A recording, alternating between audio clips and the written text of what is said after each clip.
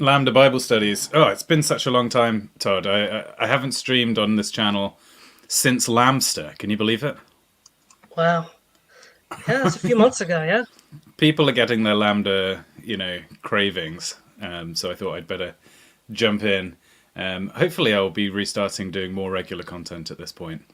But yes, I'm very excited about this topic. We're going to be thinking about C.S. Lewis's Four Loves, not necessarily just re-explaining what Lewis says, because as I understand it, you actually have some response or even criticism of Lewis. Yeah, so one of the things is I had read C.S. Lewis's The Four Loves, I think in college. And last year, or maybe it was even this the spring, I decided to reread it because I remember there are certain elements of it that were influential, like his chapter on friendship. I remember being influential, and I reread it, and I was like, okay, some of these chapters still seem to kind of hold up, and some of the chapters don't even a little bit hold up well. And I was like, okay, well, how would I like the idea of the classification of the four loves? It's a traditional classical education classification. How could we develop on that? And I have some thoughts on that I think are relevant and interesting. But since they were formulated in response to Lewis, I feel like it's to sort of include the whole process is a good place to start. Yeah, as I understand it, it actually started as a set of talks that Lewis gave on the radio in 1958. Should we go through in order? So, what's the first of the four loves? Well, the first of the four loves is what he calls affection, which is in Greek storge, which he correctly mentions historically means familial love. So, love of parents to children, or love. And this also, we see like in the Greek when Paul uses the word ostrogos in First Timothy 5. It can also refer to kinsmen. So it's love of those you're related to by blood, basically. And what Lewis does here is he's like, well, that might be its linguistic meaning, but we're not going to use it that way. He wants to include things like when we say, I love this movie, or I love this pizza, or I love this dog. Love in that sort of looser sense, he wants to include in affection, along with, say, love of family. I'm not sure how I feel about that because what it does, first of all, I like to be very consistent with linguistic norms. When we start to take a word and move it away from its etymological meaning, we end up getting in the situation we're in now. And in fact, C.S. Lewis would agree because in Mere Christianity, he says, we can't talk about, being a Christian as a euphemism for being a good man, because if that's the case, then Christian will lose all meaning. And that's more or less what's happened today. People want to be considered good people, so they call themselves Christians. But what C.S. Lewis feared happened because it was totally divorced from any context or meaning. And but that being said, when Lewis gets into some of the meat and potatoes of Storge, I think he has some interesting insights. He points out that older generations, even in his own time, so this would have been the silent generation, were mistreating the young people. He has a segment where he says, if other young people were treated as badly as their own children, they would have left the dinner table immediately. But because it's their children, they feel they have the excuse to do so. So it's interesting that he observed that, and that's a trend I think that's been continuing since C.S. Lewis wrote this. So that's probably, I would say, that's his best chapter. It's got best in the sense that it has the most interesting content packed into it with what I would consider the least problematic elements. Yeah, he talks about how people expect, if you're in a family, they expect this kind of love, but it's not necessarily just simply given, and that it's something that you would naturally see in a properly functioning family, but that it doesn't necessarily exist. We use the word love to, like in English, our word love, which I guess in theory encompasses all four of these, but it does stretch as far as we say, I love pizza, or I love my car, things like that. So I suppose if you're questioning that and wanting to cut that out, do you want to limit the word love in English to just be for people? Is that Well, where you would limit it? I think when we talk about uh, love in this more looser sense, I think that's actually just a problem with imprecise language. I think it's just being used in an imprecise way. Um, I think it's not really appropriate to talk about inanimate objects or things or food as something you love because because one thing I should have stated in the beginning is if we have the four loves are storge, which is familial love, philia, which is friendship, eros, and agape. And these four loves, you could divide them into two broad categories. Storge and agape both are love that you give somebody that they don't deserve. There's something that there's nothing in them that merits this, but in some sense you give it to them. So in Storge, it's because well they're family. You have to love them, even if they say a face only a mother could love. She just has to love you because you're her son or whatever. And agape, you have to love the because God loved us, we have to share that love with other people that otherwise don't deserve it. Whereas philia and eros are based on something lovable in the person. So for philia, it's some characteristic of goodness in them, and for eros, it's some attractiveness in the person. So one is those are things that the beloved has, and either one of those two doesn't really fit for pizza or a movie or whatever. It might fit for an animal. I'm not saying you can't love an animal in an analogous way. Think of like how in what was it, the last battle, Tyrion has that relationship with his horse, a unicorn, Jewel. Now, yeah, the unicorn can talk, but we see this where men have, love their dogs or horses, and they have a bond that way. So that can happen, but I think that we just need to be more precise in how we use it. It might be that when we say I love pizza, it's an analogy. Right? You could imagine somebody in an exaggerated way saying, "I love pizza so much, I'd marry pizza." Like it's not so much imprecise language as the tendency in language to metaphorically break down barriers and draw illusions without laboriously needing to use the word like or as if every time. The richness sometimes of poetry is that you use expressions that make sense in one category in another category to show connection. Right. Now, again, I'm not saying that Lewis doesn't have grounds for that. It's just that I'm a little suspicious of expanding the story that much. The second love he Yeah. covers is philia, which is friendship, what he calls friendship in the book. Now, this one is also one of the better chapters. This along when I read the Nicomachean Ethics and I read Aristotle's chapter on friendship is what really got me interested in this particular concept of love very young. But the things that I think are problematic in this chapter is at the end he makes this distinction that well you could have a fraternity of criminals and you could have a friendship of criminals. So friendship is this sort of ambiguous good love. And I'm just like, Lewis, you know better than this. I know you know better than this because friendship is divided into three categories: utility, pleasure, and virtue.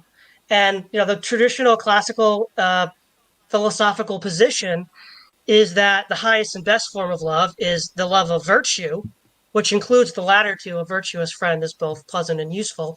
And so, yeah, you could have utility friendships amongst criminals, but Lewis can't if you're writing an introductory book on love to a lay audience and you don't mention that friendship has three tiers to it, going back to Aristotle and at least broaching the ideal, then I think you've done a disservice in the whole point of this project. Because once you make that distinction, then you can't say that friendship is an ambiguous love because it's not. Once you understand what virtue is, then it's clear you can't have gangsters and communists and fascists or whoever Lewis is trying to write against having a brotherhood and then using it to tear down society. The other thing is he makes this very odd claim, which I don't know. Again, as someone who knows as much of the Bible as he does, I don't know how he could say this. This is I'm reading from Mm, page 50 in the copy that I have and will be included in the show notes. Finally, we must notice yeah. that friendship is very rarely the image under which Scripture represents the love between God and man. It is not entirely neglected, but far more often seeking a symbol for the highest love of all. Scripture ignores this seemingly almost angelic relation and plunges it into the depth of what is most natural and instinctive. Well, and I'm like, well, okay, John 15, Christ says, if you keep my commandments, uh, I'll call you my friends. Like David and Jonathan. Friendship is very much mentioned in the Bible. And for Lewis to create this impression that it's barely mentioned is, well, when Jesus meets Peter after the resurrection, Peter, he says, do you love me? He says agape. And Peter says, I phileo you. I'm your friend, Jesus.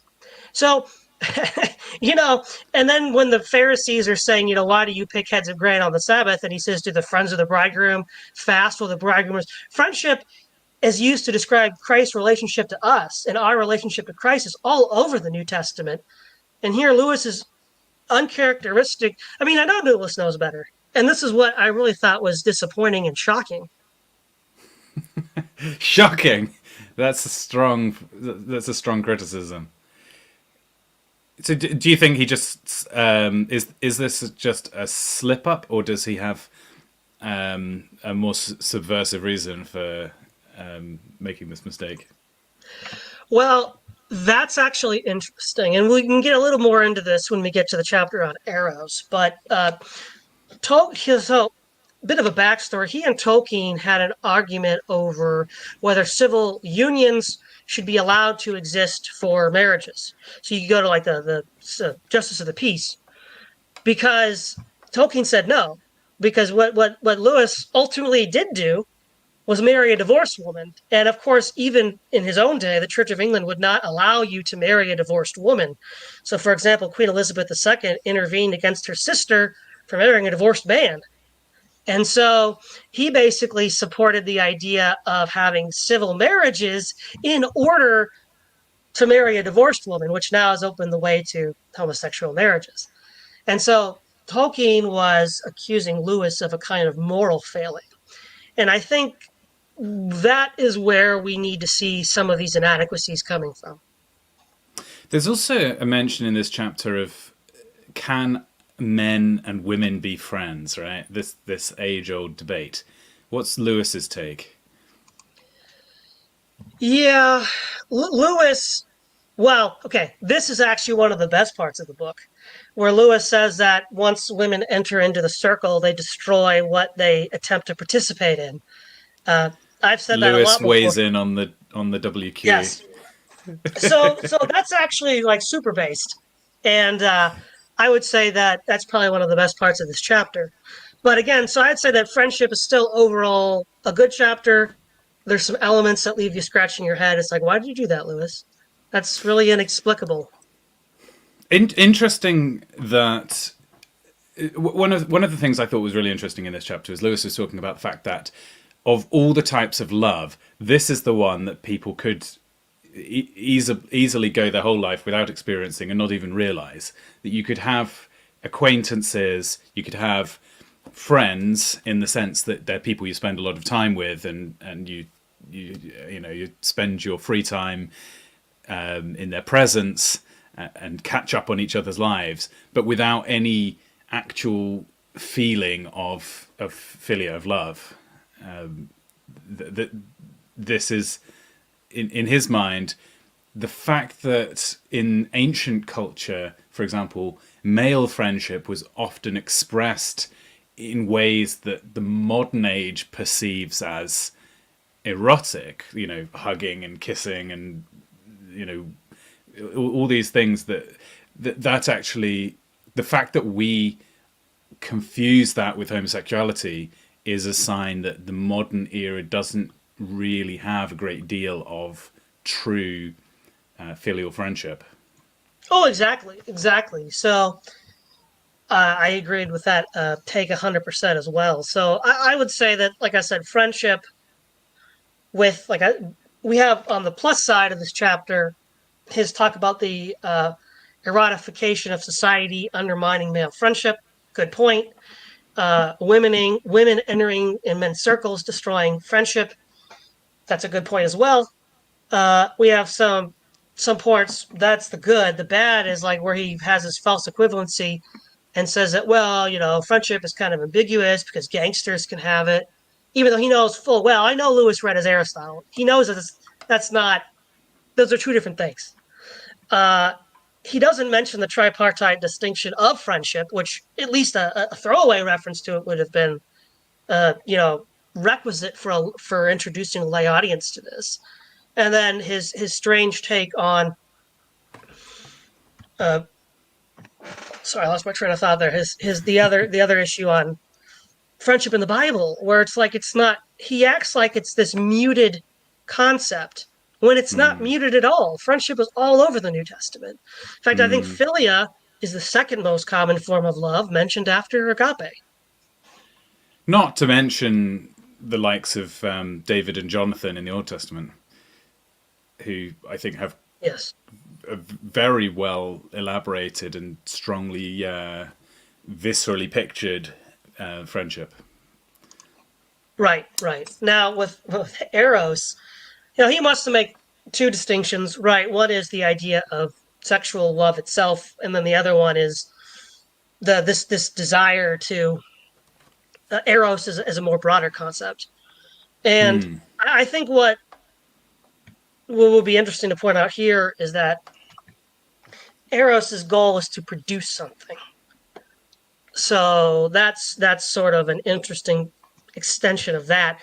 I'm not super interested in his discussion about what Venus, he brings Venus up in Eros, but more for me, this is the offending passage, Okay. chapter page 68. And he says, he is to love her as Christ loved the church. Read on and give her life for her. Ephesians 5:25. This headship then is most clearly embodied not in the husband we should all wish to be, but in him whose marriage is most like a crucifixion, whose wife receives most and gives least, is most unworthy of him, is in her own mere nature least lovable. For the church has no beauty but that which the bridegroom gives her. He does not find her but makes her lovely. Okay. Now, this is, first of all, Christ is not most like Christ when he's on the cross. Christ is most like Christ when he's reigning from the throne. I mean, the reason why in Christian theology that's considered his humiliation is because that is his humiliation. He's most like himself when he's king because Christ is king. And so it's a very strange things to say because why would you, because what this is going to ultimately do is if you read this as a man, you're going to be like, well, why even bother getting married in the first place? Because I'm best when I'm giving the most and receiving the least and having to pull my hair out every other day. Um, that yeah, whereas given that marriage represents Christ and the church, when Christ is reunited with the church in Revelation 22, any marriage that approximates that is a marriage most like Christ. And frankly, this seems to be coming out of left field. If in the traditional Christian theology, we don't read this. In fact, this contradicts what he said in Mere Christianity, where he said that the church teaches that the wife ought to obey her husband. And he says, I fear that'll be unpopular to say that in today's audience. That was 1945. But the Mm. point is, though, this doesn't sound like the husband is owed or can command obedience. It's the exact opposite of what he said in Mere Christianity. Now, I wonder if love, in some sense, uh, is the name for that impulse within us that causes us to put others first. Like in some sense, that sums up all four of the loves. The mother slaving over the stove for her family is the first chapter. The second chapter it could be, your friend's car breaks down and you drive to go and pick him up 50 miles. This chapter, you're driven to marriage by Eros, this unquenchable flame within you, and then when you're in that marriage, there is this sacrifice that doesn't make sense. Like, why would I want to get married? It seems like a big effort on me, a big strain. But it's the love within you for your wife that causes you to give yourself for her. And we could apply the same thing for the fourth chapter. So it's more like you would get married because of Eros, as in, like the 1 Corinthians 7, your lust is burning within you and you should just get married. But once you're in the marriage, surely it is the case that for both the husband and the wife, the fact that you're married is a cost on both of your times and energies and efforts. Well, yeah, it's not that marriage isn't a cost. It's that C.S. Lewis seems to be painting here a position of or a picture of what a quote unquote headship looks like in a marriage. So headship means that you're the head. You make the decisions. You lay down the law. But if you're the one who gives the most and receives least and has to put up with all of this insubordination, that's not headship. Yeah, I'd agree with you that this sentence is incorrect, right? Yeah, that's literally Christ the on the opposite. cross is not demonstrating his headship, but in fact, it's surprising that he's on the cross given his headship. Normally, the pattern throughout human history would be that the costs are borne by the subordinate. The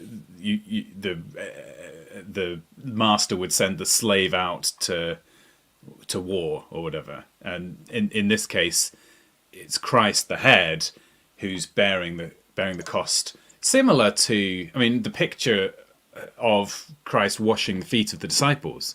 I mean, that's another example of this flipped reality where normally it would be demeaning to wash the feet. It would be the lowest of the low who would get in and clean the dirt. But Jesus did that, who was the teacher. So I'd say it's somewhat misleading to suggest that Christ on the cross is an explanation of what headship means. It's almost more like it's confusing to put it that way. Christ on the cross is an expression of what love means, Right. not an expression of what headship means. Yeah. Because when we in Romans 5, let's see, we read that it's that while we were yet sinners, but God demonstrated His love towards us, that while we were still sinners, Christ died for us. So the cross demonstrates love, not headship. So Philippocrat says, I think Christ crucified is Christ as most Christ-like when man wants to grasp him.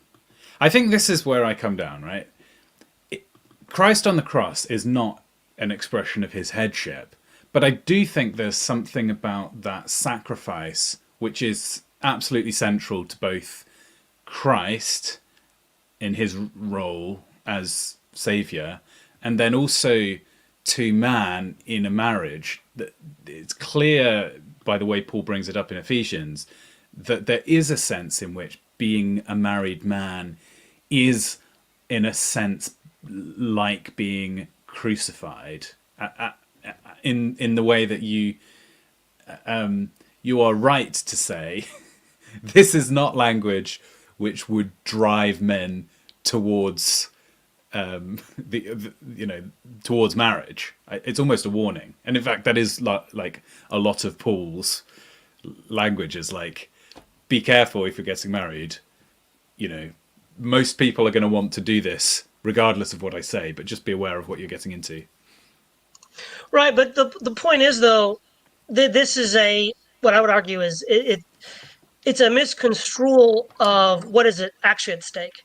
I mean, yeah, even under the best of times, marriage is going to be difficult. But what I'm concerned with here is that if you create this kind of like falling on your sword mentality, men are going to seek out relationships that look like this because they think that that's going to be more fulfilling or more spiritual, which in the long run is just going to give them headaches and possibly ruin those relationships in the long run, rather than giving them a more accurate understanding of what to aspire towards.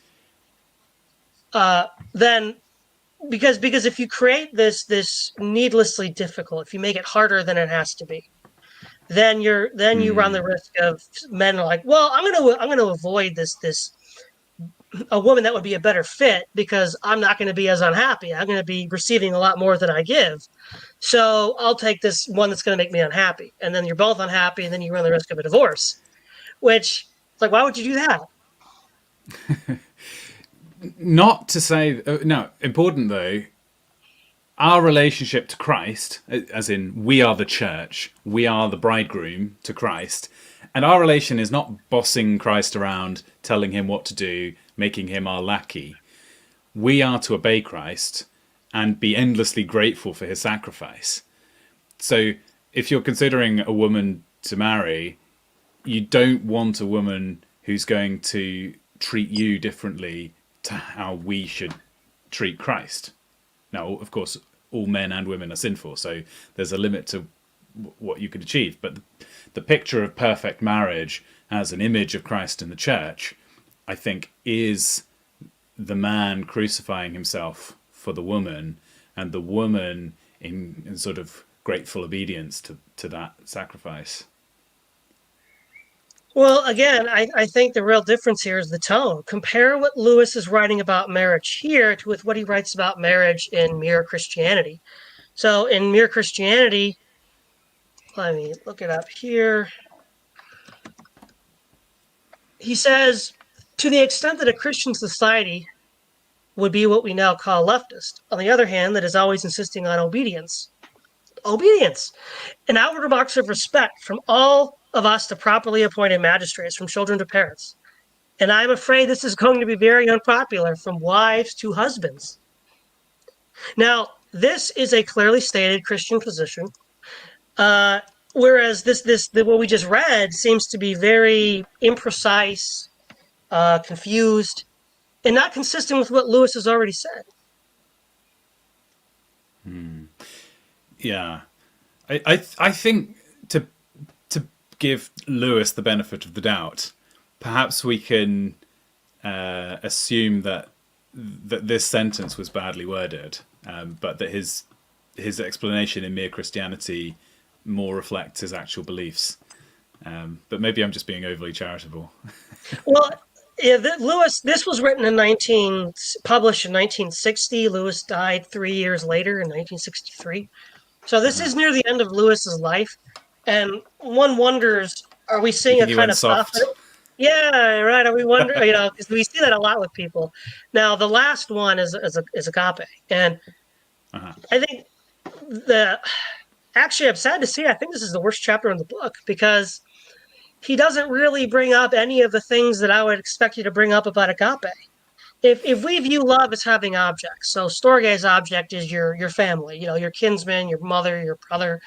If philia, the object of that is your friend, and if the object of eros is your beloved, then what is the object of agape? Well, we know well, first of all, agape is an overlay for all the other loves. It perfects all the other loves, but it's those outside of Christ, because we know this because in Romans Paul says, what is love? It's that God loved us while we were enemies of God. So the idea is that the hard Christian teaching on love, of loving your enemies, that is the object of agape. So the object of that love is your enemy. That's never brought up at all. Now, obviously, God is also the object. We love God and God loves us. That's brought up. And okay, that's fine. But I'm like, this is like the whole point of agape. I mean, when Jesus says love your enemies, the word love there is agape. Is agape also used for the community of believers? It is because And because and and, and is agape in described as a love that will exist in eternity? Do we yes, continue to have agape for one another even after we are all fully sanctified? right. So we would have that too, but the impression that I got when I read it was that Lewis uses there's a habit that some writers have and some speakers have where they can use a lot of words, but you're not really sure what they said at the end of the day. And I feel like that his chapter on agape was sort of like that. He used a lot of words, but at Yeah, the there end you of the are. day, other than just some sort of like warm feeling towards God and that we have, and some warm feeling that God has towards us, what exactly is he getting at with agape?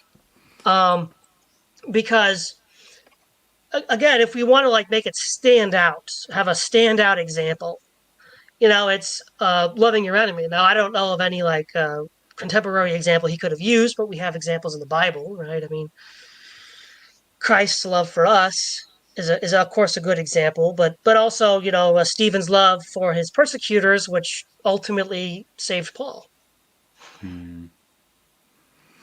Yeah. So my feeling for what the arc of the book was the first three loves have some natural inclination towards them. We feel, and indeed secular culture pushes us into loving our families, loving our friends, a lover, of course.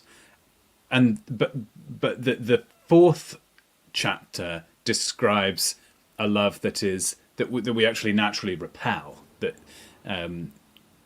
we don't want the love of others. He talks about Christian charity. Often the expression is, "I don't want your Christian charity," because we want to feel that we've earned the love of others, or have some inherent something about us that is deserving of that. And we likewise don't want to love the unlovable. Almost almost goes without saying.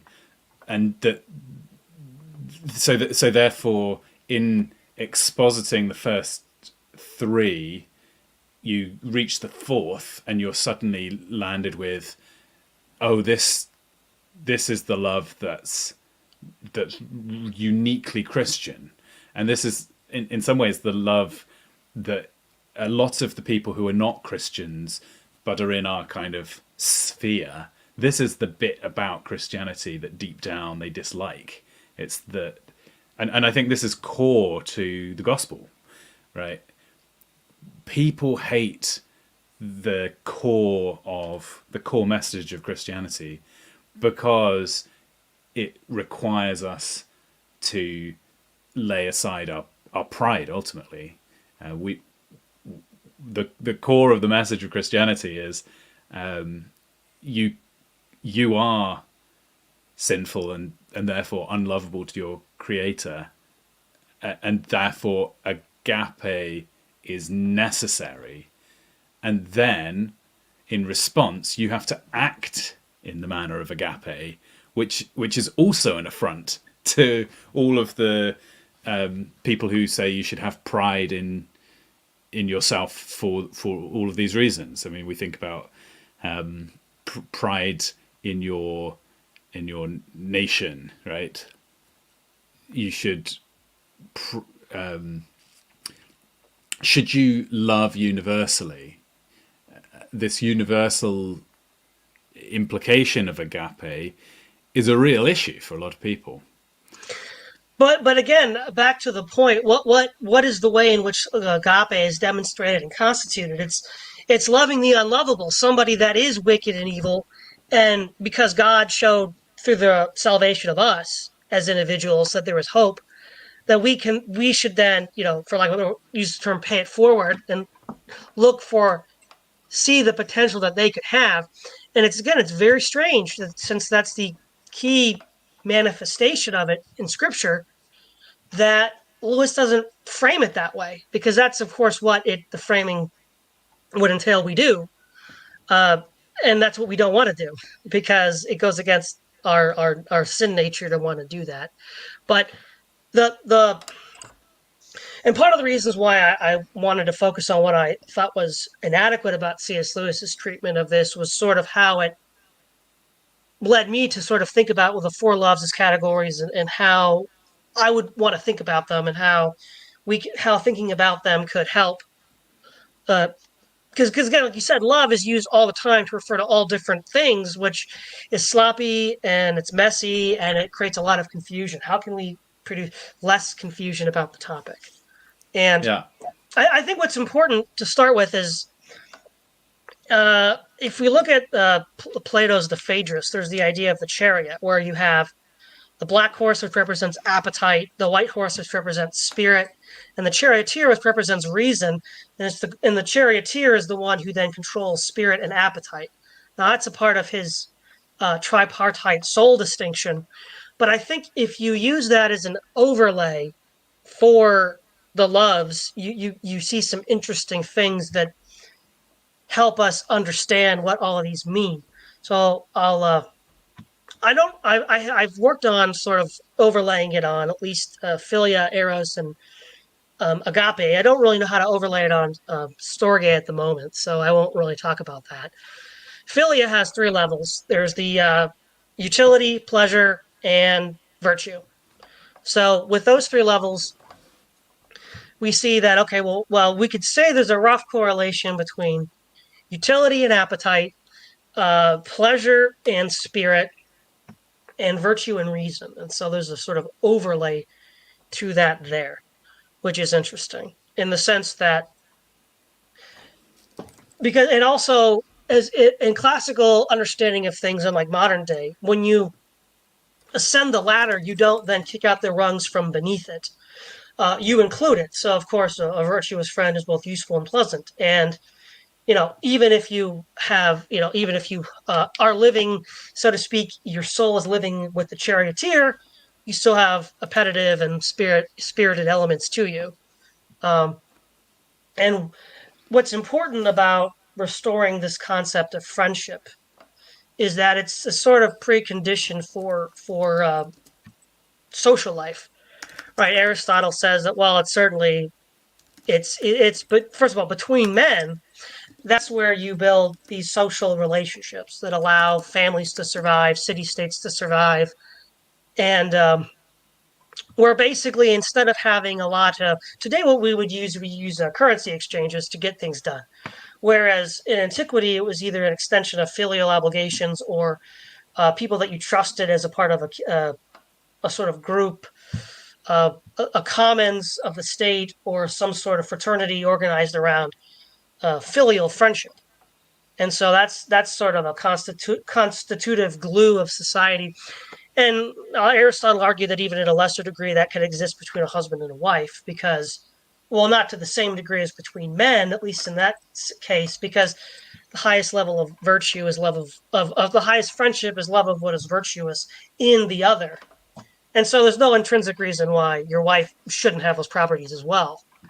Um, Eros, if you apply this uh, rubric or heuristic, you can see that what we would consider, sexual desire would obviously be the black horse, but the white horse could be sort of like what I call wanderlust. So think of like sea shanties, or a guy that's always on the move, exploring, and there is that kind of eros coming out when you listen to some of those sea shanties, but it's about the love of exploration. And then you've also got Plato talks about the midwifing an idea in the Theaetetus, where you give birth to an idea as a midwife, as an extension of Eros. So Eros is actually a more, once you have that overlay, you see that it's a richer concept than just sexual desire. It includes what we would call, like I said, wanderlust, the desire to explore, the drive to create, and it also would be the drive to create new ideas. Can we? I just want to capture these because I'm struggling to keep them on my head. Can we go back and I'll write Sure. write them down? So what were the in Philia. Let's first start over. There's the Yeah. charioteer. So there's the chariot. Yeah. So we have the black horse, which represents appetite. Okay. We have the white horse, which represents spirit or courage. Yeah. And then we have the charioteer, which represents reason. And of course, it's the charioteer's goal to control the other two. Uh-huh. Okay, so for friendship, we have three categories. Or three levels. We have utility, which is which I would associate with appetite. And then we have, yep. And then we have pleasure, which I would associate with courage. Mm-hmm. And then you have virtue, which I would associate with the charioteer. Yeah. And so it's a kind of like, because if we take Plato's tripartite soul concept and then apply it to these loves, which are an expression of the soul, we sort of see some interesting things. Now with Eros, the black horse would, again, sexual appetite.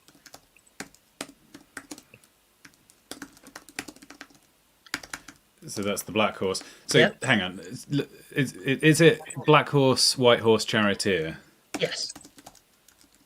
and these are from Plato? Yes. And what? So what's the? Sorry, catch me up again. What's the difference between the black horse, the white horse, and the charioteer?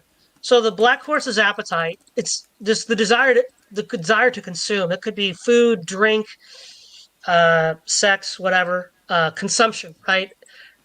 Spirit, the white horse is spirit, or the Greek word is thumos, which means courage.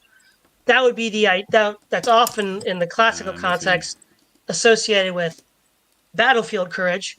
For the Christian, that would be the courage of one's convictions in the face of persecution, even leading up to martyrdom. And also just doing, things that are risky, like, exploring or whatever. Mm-hmm. And then the charioteer represents reason, controlling those desires for a long term good.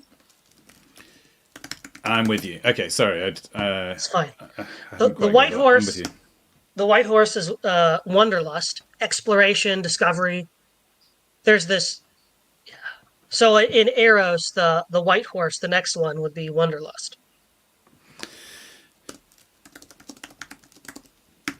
Is that a German word? Wanderlust. No, it's been around. And then we've got so it'll be like the drive to explore or to discover. Uh-huh. And then we have the charioteer, which represents midwifing an idea. That's a term right out of Plato. You midwife an idea into somebody. Hmm. Okay, and then now agape. This is what's interesting, right? So agape,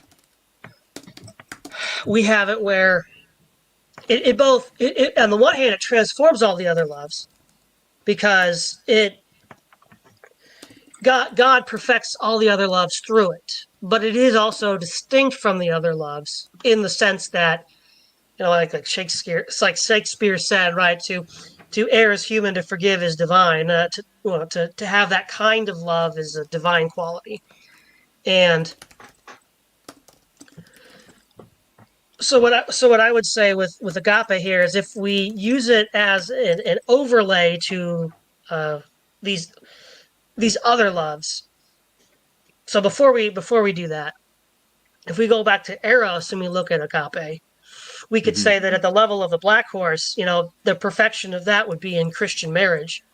The white horse, the idea with wanderlust, would be this concept of the Irish monks had the concept of a green martyrdom, where they just sailed as far west as possible to see if they could evangelize anybody, Uh-huh. and maybe they drowned. Let's see who, that's where we get the idea of St. Brendan, and his voyages. But the idea was that wanderlust was harnessed by agape for missions. And then Paul says to Timothy that what you have is, I gave birth to you in Christ. He's using a midwife analogy. So Paul that would be the perfection of reason with eros in agape. So yeah. So if we look at the love of eros at the level of charioteer, which is Mm. midwifing an idea, Paul says that he was Timothy's midwife into the faith. So what agape is doing here then is perfecting that. So discipling. Yeah. And so that's how it that's the overlay of agape onto eros. You What can was then the over what was the black horse for agape? Remind me. well, that would be Christian marriage, right? So it's Marriage. perfecting the Yeah.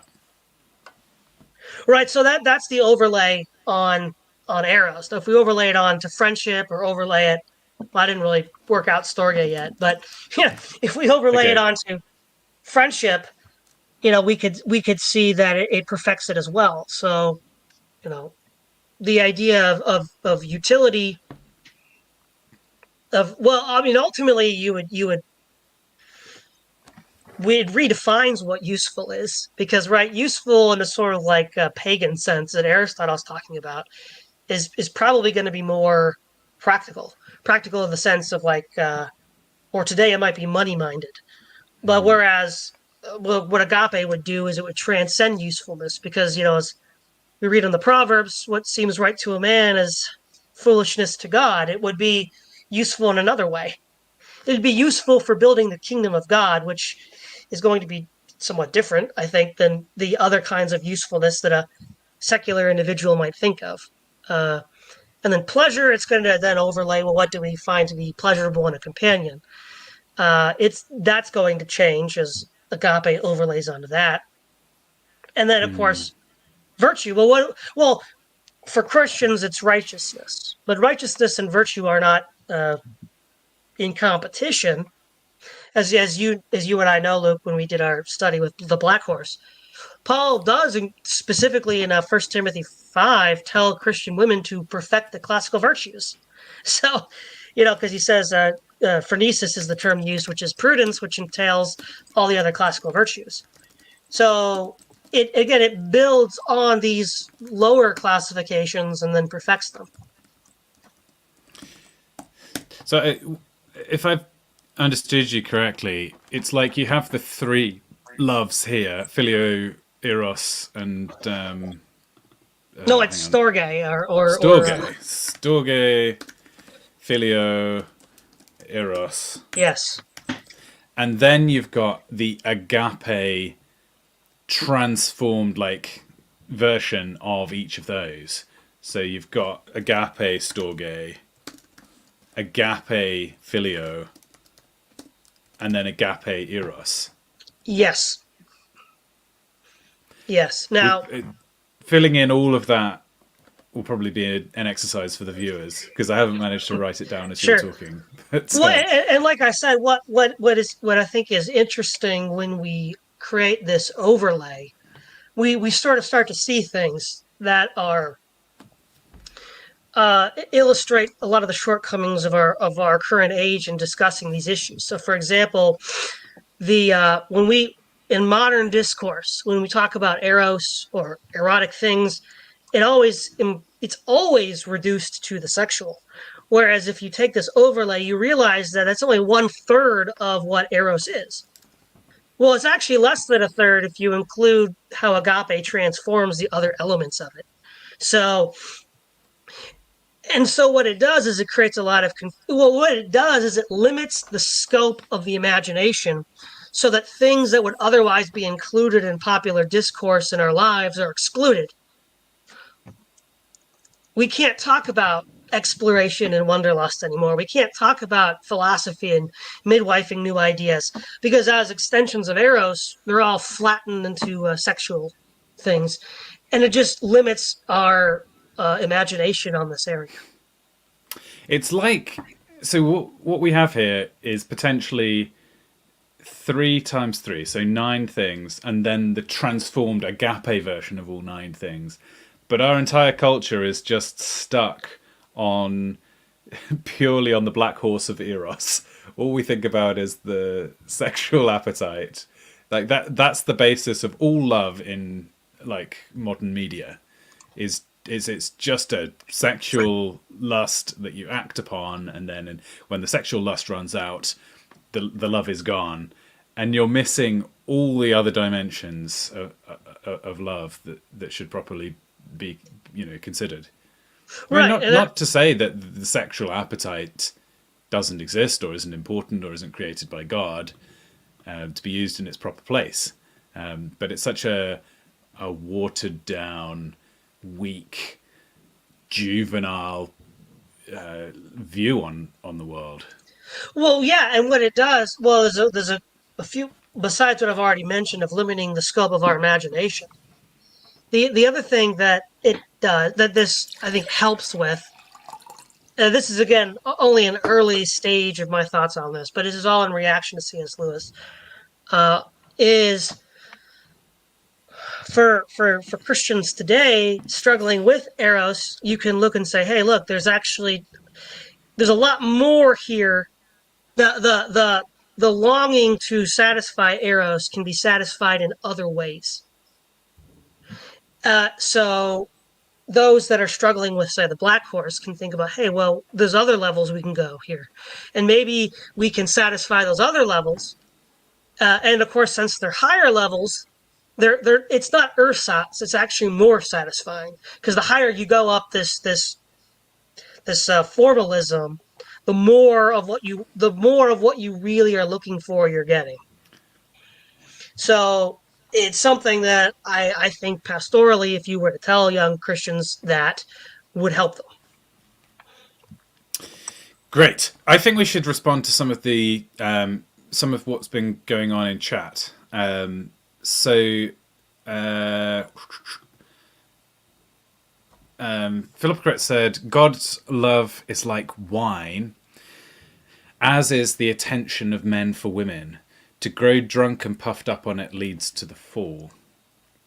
Well, it can lead to a fall, yes. He also said that surely headship means that you bear the consequences of marrying into, and what he meant was insubordination. So when you marry, you become head, as Christ is head of the church, but you also accept that, much like the church, your wife will not properly fulfill her role of being submissive and obedient, and Christ knew that. In fact, while we were still sinners, Christ died for us, and likewise, as a husband, you are called to be you're called to be submissive. You're not to be submissive, to be self-sacrificial, even though your wife is not properly modeling. So, I mean, this is maybe a practical issue for some of the people listening. If they are if they're in a marriage and they are captured by this kind of complementarian vision, but their spouse doesn't, what should they do? And I think the answer is you have to live out your half of the deal regardless of what your spouse is doing. So even if for example, if your wife is not being properly obedient to you, that doesn't abdicate your responsibilities to be sacrificial, because after all, Christ died for us even whilst we were in sin. Well, yes, I would agree. You still have to love your end of the bargain, even if the other person isn't. But that's not the point, right? That the point is what Lewis says. Lewis says that's the ideal that that most clearly in marriage represents most clearly what Christ wants or is, and that's just not true. What most clearly represents what Christ wants or is when the husband keeps up his end of the bargain and the wife keeps up her end of the bargain, and they do it. It's to become one flesh. So if you're constantly in this state that Lewis is describing, then you're not one. You're failing in the mission. So that's not the ideal. That can't be the ideal. The ideal is when there is no division. Now, granted, that may not actually be possible practically in this life, but the goal is to reduce that division as it approaches zero. Whereas Lewis seems to be saying, no, no, the more that you have, the more division that you have, the more like a Christian marriage it is. I'm like, no, no. Now, the there was an interesting discussion going on, started by Vingel, who said to call newborns sinful borders on the perverse, in his humble opinion. Would you like to respond to that? I agree. I think that if even if we want to take the Reformed position that baptism is an analogy for circumcision, uh, David's son by Bathsheba wasn't circumcised. But what did David say? I will not go. He will not come back to me, but I will go to him. Well, David's not going to limbo. David's not going to hell. I mean, David is going to see his son by Bathsheba. So then Indy says, as Matthew 18:2-5 calls us to be like children, why would Christ affirm a state where we'd live in sin and brokenness? Plot Bingo. twist. He wouldn't. He wouldn't. Yeah. Right.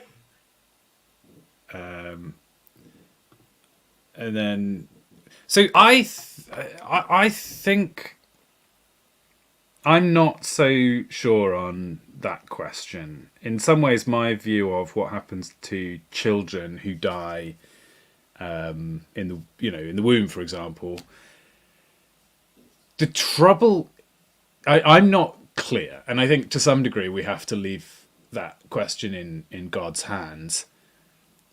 One issue I have with just saying, well, then they all go, they're all saved, is then that actually means that the most dangerous thing you could do for somebody's soul is allow them to live. It actually becomes almost a moral imperative for abortion, because if every baby who dies in the womb is saved, then allowing the baby to be born puts them in eternal jeopardy, and it's an unloving thing to allow them to live. So there's moral issues on either side of that question, and I tend to think that God has given us, as in everybody watching this, has been told what their conditions for salvation are. That is, you have to say with your mouth, Jesus is Lord, and believe in your heart that God raised him from the dead, and you will be saved. That applies to you if you're listening, and you've been given the information you need. And to some degree, speculating beyond that about what God's approach with other groups is, if we don't know, can lead to unhelpful conclusions one way or the other. Yeah, yeah. But what I basically wanted to sort of get out of this is that sort of in I guess you could say in dialogue with C.S. Lewis's The Four Loves, I've been thinking about this topic and how we could have a more formalized, clearly spelled out understanding of these loves. And of course, not just as an intellectual exercise, but in order to do at least two things. One, expand our imagination again, rather than flattening love to these, you know, puerile things. We can see all the different spots in which we could say this cathedral, the Four Loves, is, and where you can fit in there, and what you can do in there, as well as giving say pastorally, going back to Eros, giving people a way out of some of the addictions and problems that they might be having. Because it's like, well, look, I mean, there are other ways to satisfy Eros, if for whatever reason you can't find a mate. Joseph says, men create inventions such as some kind of transition, either inside or outside of the womb, or an age reached outside of the womb, or indeed an age reached inside the womb. I just can't see the basis for this.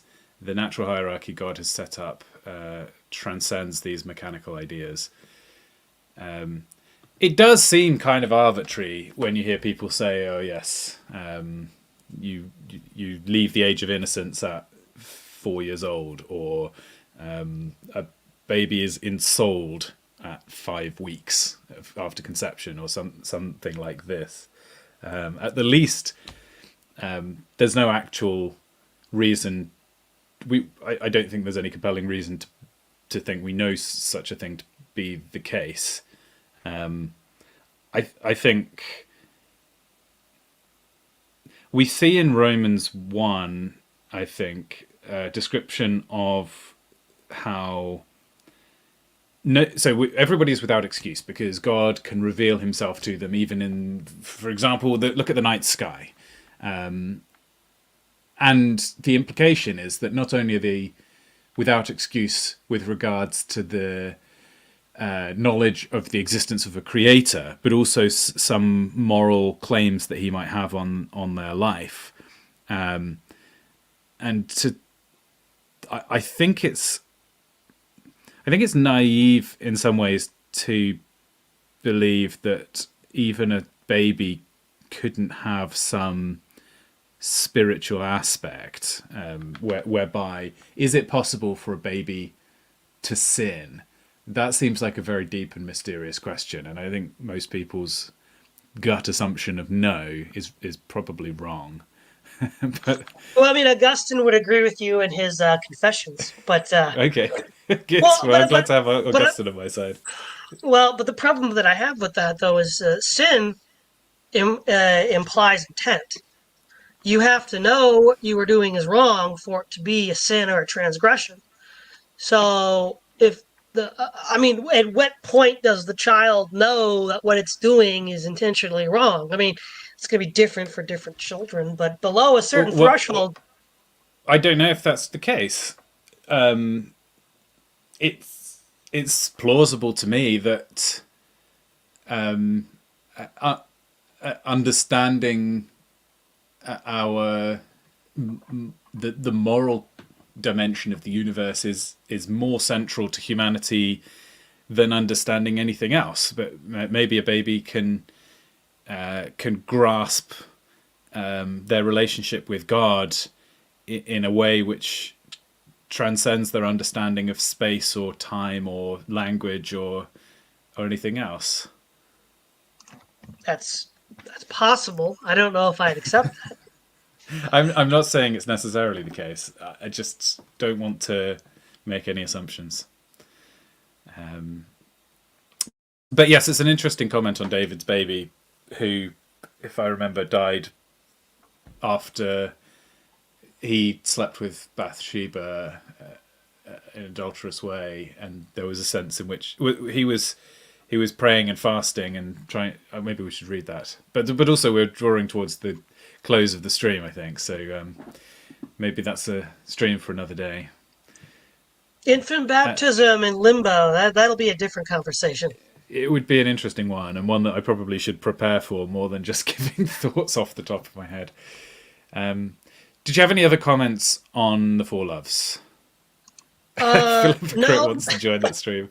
Okay, you're in. You're in, other Philip. than this is only a sort of provisional thought. As I said, I don't really have a categorization for Storge yet, but I think that this tripartite soul analogy that Plato gives us does allow for this kind of formalism. And I think if we can find a way to express it, it'll clarify and clear up this sort of messiness of how we use the term love to and expand our consciousness so that we can see things that are otherwise shut out because we don't have the by lowering love to this puerile level that we have in modern society, we've limited the horizon of one's imagination because we can't conceive of certain things because we've limited we've limited the discussion of love in this way. By having this formalized view of love, we can then see what we're missing. Brilliant. Well, thank you for joining me, Praise of Folly. Do go and subscribe to Praise of Folly on YouTube, and I will, after the stream finishes, I'll sort out the description so we link to your Substack and etc.